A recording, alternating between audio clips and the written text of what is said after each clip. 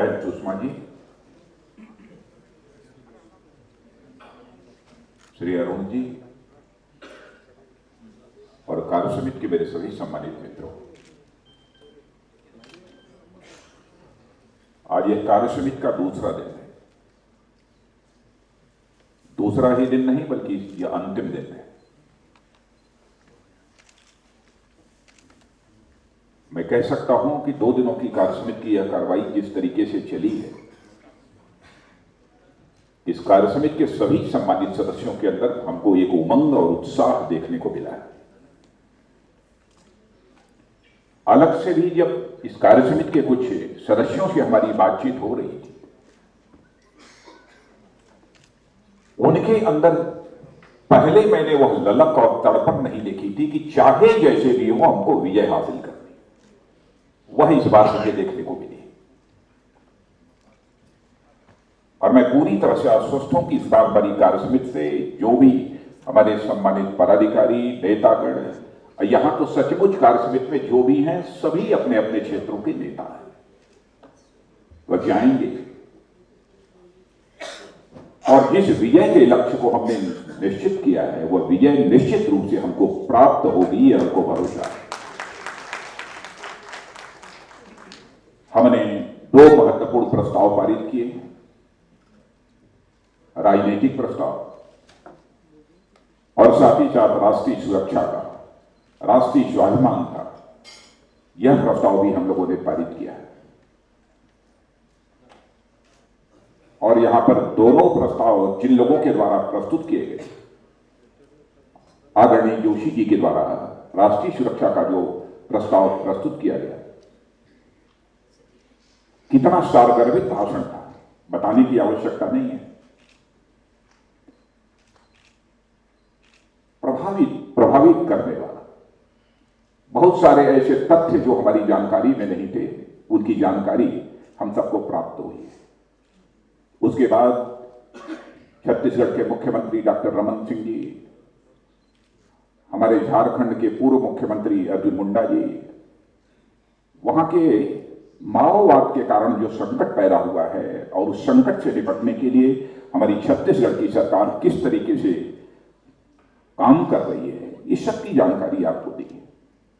वैसे राजनीतिक प्रस्ताव पर भी हमारे नितिन गडकरी जी ने भी बहुत प्रभावी तरीके से विषय रखा है।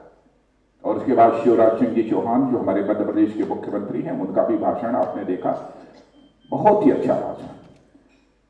और सचमुच जब मैं इनका भाषण सुन रहा था तो मैं यही सोच रहा था, अद्भुत हैं हमारी सरकारें जो हिंदुस्तान के 4 राज्यों में काम कर रही हैं। अभिनव प्रयोग सभी राज्यों ने, राज्य सरकारों ने अलग अलग किए और इसीलिए मैंने कल चर्चा की थी कि हिंदुस्तान ही नहीं, दुनिया का भी कोई पॉलिटिकल एनालिस्ट हमारे देश की राजनीतिक पार्टियों के गवर्नमेंट के परफॉर्मेंस के संबंध में कोई तुलना करता है, कोई विचार व्यक्त करता है, तो सहज रूप से कह देता है कि हिंदुस्तान में अच्छी सरकार देने वाली, सुशासन देने वाली, गुड गवर्नेंस देने वाली पार्टी भारतीय जनता पार्टी। सुनने के बाद आपको भी, जिन लोगों को लगता रहा होगा कि एग्जैगरेशन है, अतिशयोक्ति है, वो भी इस नतीजे पर पहुंचे होंगे। यह अतिशयोक्ति नहीं है, यह सच्चाई है, यह यथार्थ है। मनोहर पर्रिकर जी ने भी उसके बाद शिवराज सिंह जी चौहान के बाद अपने विचार व्यक्त किए हैं और बाद के उद्बोधन नरेंद्र भाई, बहन सुषमा जी, भाई अरुण जी, आपने देखा चाहे विषय जैसा भी हो, कैसे प्रभावी तरीके से उसे प्रस्तुत करना चाहिए ताकि जिस लक्ष्य को हमें हासिल करना है उस लक्ष्य को हासिल करने में हमें सफलता प्राप्त हो सके। यह भी इस प्रकार के विषय आप लोगों के द्वारा प्रस्तुत किए गए। समापन भाषण तो सचमुच श्रद्धेय अडवाणी जी के द्वारा होना था, लेकिन इसे मैं अपना दुर्भाग्य मानता हूं कि अस्वस्थ होने के कारण अडवाणी जी इस बार हमारी कार्य समिति की बैठक में उपस्थित नहीं हो सके। कल भी मैंने उनसे टेलीफोन से बात की थी, आज भी बात की। वैसे दिल्ली से चलने के पहले जब हमारी बात हुई तो बराबर उनके द्वारा आग्रह यही था कि नहीं, चाहे जो भी हो, मेरी तबीयत गड़बड़ होगी तब भी मैं वहां चलूंगा। लेकिन जब जाकर डॉक्टरों ने उन्हें कहा कि नहीं, आपको किसी भी सूरत में नहीं जाना है, तब जाकर वो रुके। यदि वह होते तो निश्चित रूप से हम सबको एक प्रेरक मार्गदर्शन उनके द्वारा प्राप्त होगा। लेकिन मित्रों, श्रद्धेय अटल जी, श्रद्धेय अडवाणी जी ऐसे दो दिग्गज नेता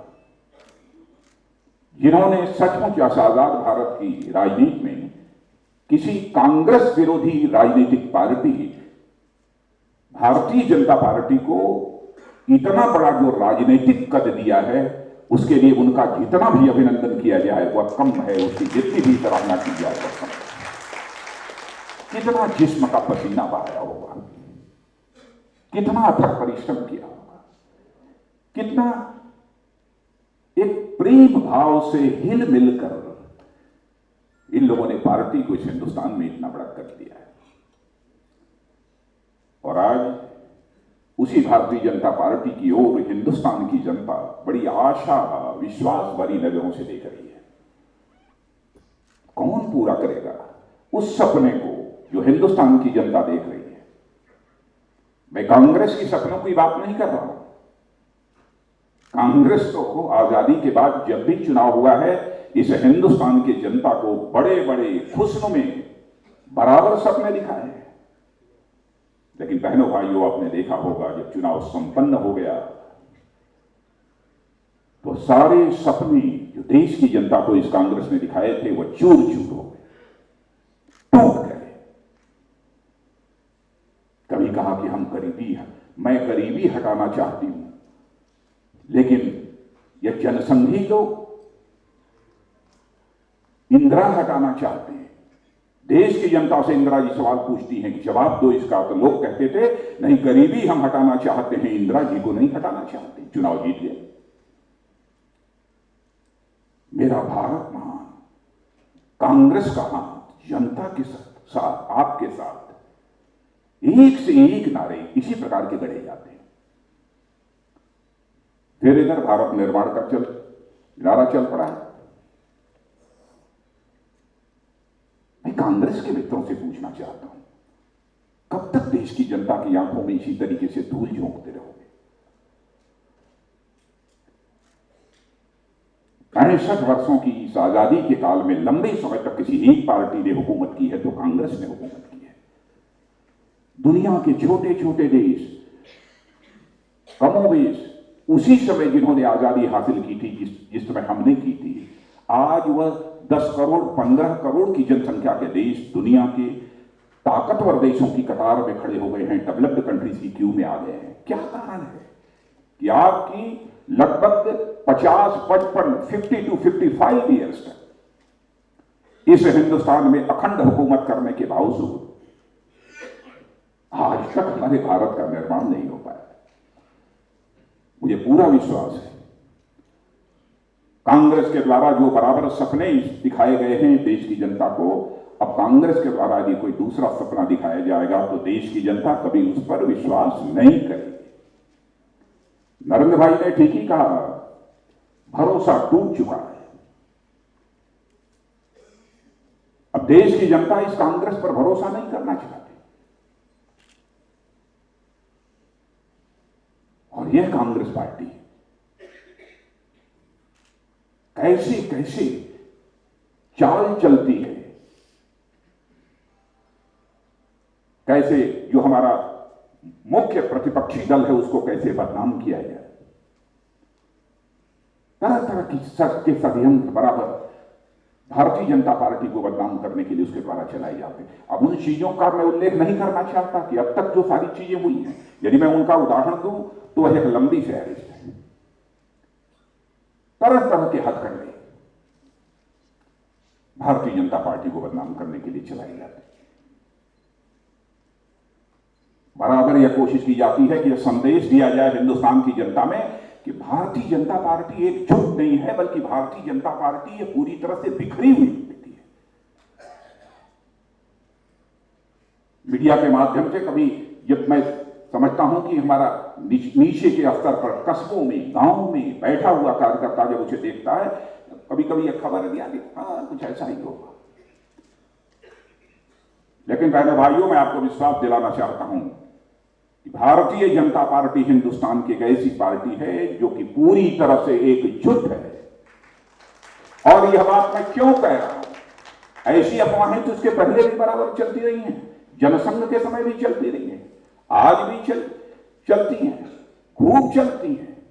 मीडिया में खबरें आ गई कि राजनाथ सिंह ने विरोधी दल के जो एनडीए के एलाइज हैं उनके नेताओं से बात की। अरे हमारी पता नहीं 2 महीने पहले बात है, कभी हुई है कि नहीं हुई है, कब हुई है, खबर चल गई। सुषमा जी नाराज होकर अब गोवा से दिल्ली जा रही है, कैसे विश्वास करें? इस पर हम भरोसा कर लें। और यदि मैं कहता हूं कि हिंदुस्तान की सबसे डिसिप्लिन्ड पार्टी, अनुशासित पार्टी यदि कोई है तो भाजपा है, क्यों कहता हूं? कोई तुलना करके देख ले, यह सच्चाई अब किसी से छिपी नहीं है कि इस समय कांग्रेस के अंदर नेतृत्व को लेकर कितनी रस्साकसी चल रही है। एनएसी की चेयरमैन और प्रधानमंत्री कैसे हालात पैदा हुए हैं, पता लगाकर देखिए, हम लोगों को मालूम है। और भारतीय जनता पार्टी को बदनाम किया जाता है। विचारधारा को लेकर इसे हिंदुस्तान में हम लोगों ने राजनीति प्रारंभ की है। टूट सकते हैं लेकिन अपनी विचारधारा से अपनी प्रतिबद्धता को कभी नहीं तोड़ सकते हैं। ऐसे हम भारतीय जनता पार्टी के कार्यकर्ता। बहनों भाइयों, यदि हम ऐसे वैसे रहे होते तो हिंदुस्तान में बहुत सारी राजनीतिक पार्टियां पैदा हुई, समाप्त हो गई, उनका नाम लेने वाला कोई शेष नहीं बचा है। लेकिन जब से इस विचारधारा को लेकर हिंदुस्तान में हम लोगों ने अपनी राजनीतिक यात्रा प्रारंभ की है, जनसंघ के नाम से, तब से लेकर आज तक हिंदुस्तान की सारी राष्ट्रीय राजनीतिक पार्टियों का वर्टिकल डिवीजन कई बार हो चुका है, चाहे वह कांग्रेस हो चाहे कम्युनिस्ट पार्टी।